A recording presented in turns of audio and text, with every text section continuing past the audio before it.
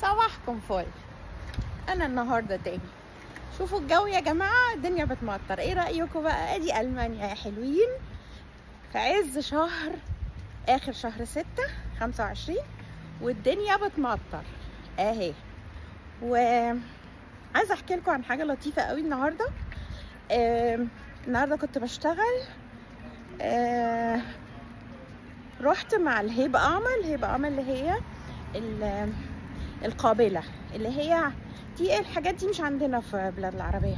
ان الست لما بتخلف بيبقى في قابلة بتراعيها وبتراعي الطفل لحد ما يبتدي ياكل ويبتدي خلاص يتأقلم على الحياة بتاعت البني ادمين مش البيبيهات.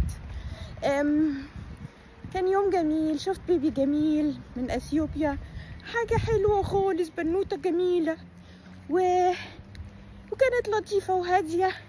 بتبسط قوي قوي قوي لما بساعد الناس وبساعدهم في ان هم يتعلموا حاجة. وده هو هدفي من السلسلة اللي انا بعملها لكم، ان انا عايزة الناس تستفيد، مش عايزة اي حاجة تانية غير ان الناس تستفيد من اللي انا بعرفه.